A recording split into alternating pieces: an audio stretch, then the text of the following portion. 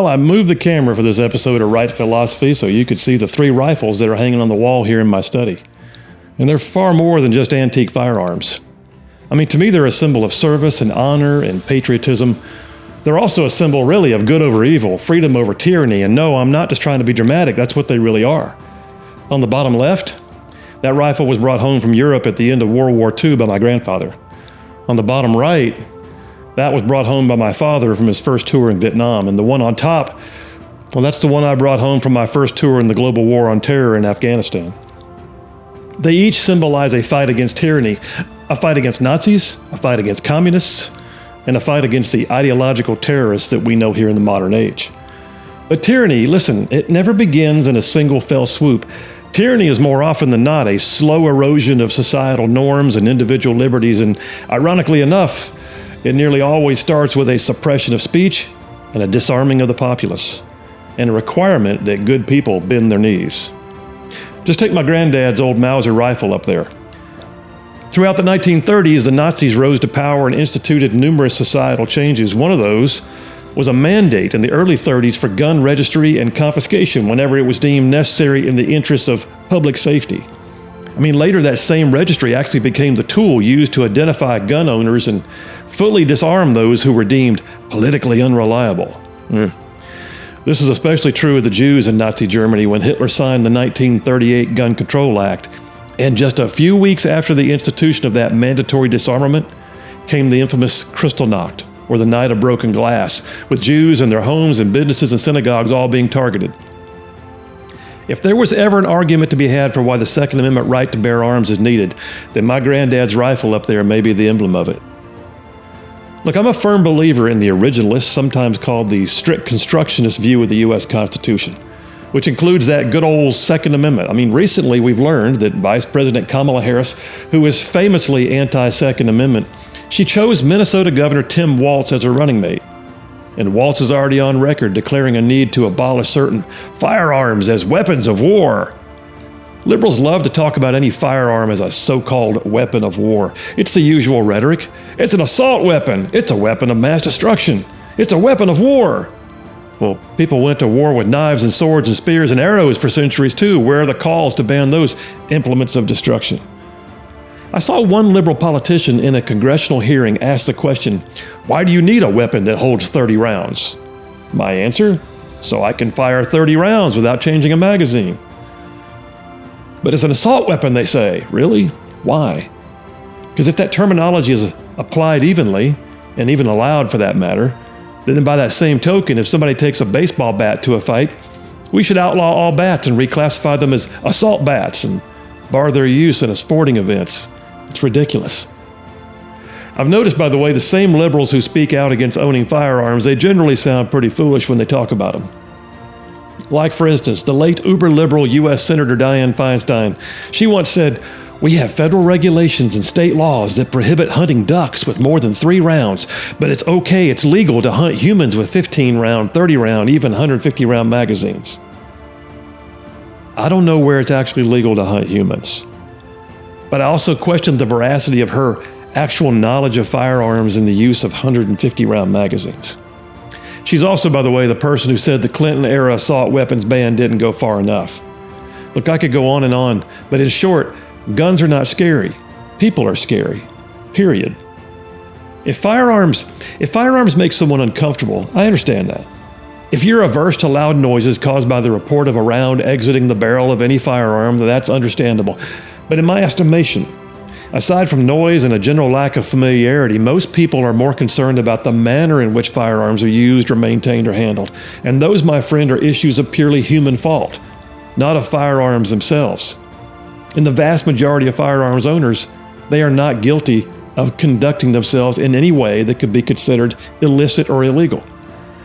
I've personally spent hours and hours on many ranges, both civilian and military, and in both cases, I have never minded the strict observance of basic gun safety procedures, the use of eye and ear protection, the respect of others while they're on the firing line. But I've also been the victim of those that have a lesser degree of care and concern. I mean, I could show you right now the surgical scars on my legs that resulted from somebody being lax with firearm safety, sweeping a loaded shotgun back off range just feet away from me. After surgery and months of rehab, I was back to full strength and I went back to the range. I went back to the range because me personally, I was able to separate the causation of the event itself from the instrument. It was not the shotgun that shot me. It was the knuckleheaded laxity of the guy who shot me and should have known better. Me personally, I'm not a big hunter. I never have been. No real reason. I just didn't grow up in a hunting family. I'm more of a sports shooter. I enjoy sunny days on the range, firing at both known distance and unknown distance targets. I love shooting sporting clays and watching that orange disc evaporate in the air when you lead it just right. I enjoy the opportunity to spend time on a short range practicing my magazine changes and dual weapons going from long gun to sidearm. I like the sound of the ding on a metal target. And I'm no expert in the grains of powder or the quality of the round. I'm not at all. I have friends who are all kinds of expert about things like that. I'm competent though. I'm law-abiding. And I enjoy shooting sports. And do I own firearms? Certainly. All kinds. I have some for use and some just for sentimentality. Besides these, I have the old Winchester 30-30 lever action that belonged to my grandfather. I've got breech load, bolt action, magazine fed and pump. I got holographic sights, iron sights, and no sights. I got holstered and unholstered and slung. I got long guns, sidearms, and scatter shots. And what I just described, by the way, is no different than the majority of gun owners in the nation. The vast majority of folks who own a firearm are just good, solid, law-abiding, salt-of-the-earth Americans who have one or more firearms for sport or for hunting or for personal defense. And contrary to the rhetoric of the gun-scary crowd, not one of those firearms ever leapt out of somebody's care, loaded itself, and committed a violent act. So are guns scary? Not in and of themselves. People are scary. But gun control activists? They're the scary ones, because gun control advocates, they fail to even look at history and see that the Second Amendment right to bear arms, a right which shall not be infringed, is a right that was not written so that we could go hunting or shoot sporting clays. The Second Amendment was enacted by the Congress and ratified by the various states to provide a bulwark against tyranny, because the founders knew what would happen if a populace was allowed to be disarmed by their government. You disarm the people, and soon enough they'll be on their knees. Congressman Chip Roy said at a House Judiciary Committee hearing on Democrat gun control proposals that he said this, he said, quote, "In order to tell the American people a lie that the government would protect them, half this committee is willing to take away a citizen's God-given right to protect himself or herself from harm, and importantly, he said, from the very tyranny being applied to them by denying that right." There you have it. Gun control arguments, they're often inane and ridiculous in their hyperbole. They clearly show that in a rush to speak or to act or to legislate, without even understanding the facts or the capabilities of firearms, that the gun control mob, they don't really care about firearms themselves. If they did, they would at the very least present a cogent and factual statement. But no, instead what they're really intent on creating is populace control, not gun control. It's the weakening of the liberties embedded in the Constitution. That creates more political firepower for them, and they don't care how they get there. Listen, we as conservatives, we have to be willing to lead on this topic. And I don't mean just spouting rhetoric. It's one thing for us to say, "From my cold dead fingers," or "Come and take it." I understand all that. That's great stuff. It looks good on a t-shirt. But can you explain why? Can you make the reasonable argument? Because here's the thing. We're conservatives. We're supposed to be leading on the issue. We're erring on the side of liberty, right? That's us. We're the conservatives. We believe in the Constitution. But leading means knowing. Knowing means studying. Studying means caring. And caring, by the way, means being willing to take a stand. So we can't bend the knee on this. Because you bend the knee once, it never ends. Liberals will spout their inane reasons why we don't need firearms and have to be willing to reasonably and cogently and passionately disagree. When Margaret Thatcher was Prime Minister of England, she once said that true consensus is the absence of leadership, and she was right. She nailed it. We're not always going to agree. We're not. And on this, with liberals, we don't agree. But true consensus, that's the absence of leadership, and we have to be leading on this topic. If we believe in our constitutional rights, we have to be willing and able to defend them and to not bend the knee. But that's exactly what progressives want, though. They want us to bow down. They want us to kowtow. They want us to make ourselves subservient and to be apologetic for what, actually? For daring to have rights? For refusing to bend our knees on something that we are allowed by constitutional privilege to do? I mean, literally, the left so often uses subservience as the actual goal. They demand it. And yet the truth is, they will never be satisfied with having you and I on our knees. Never. It always starts with one knee, then it's both knees, then you're bowing low. I mean, we saw it happen in real time. Remember the summer of love, the summer of 2020, when largely peaceful protests burned down whole city blocks? People died. Lives were destroyed. In the name of what exactly? The mob yelled for contrition and demanded that political leadership kneel down with them in solidarity. How many times did we actually see the videos of government leaders, even police leadership in various cities, stepping outside their respective offices and agreeing to kneel down before the mob to show their alleged solidarity? The government took tax dollars and used it to rename city streets things like BLM Plaza and the like. And yet the streets still caught fire and the buildings still burned, because when you kneel to the mob is never satisfied. A disarmed populace on its knees is vulnerable, and any government that asks for that is tyrannical.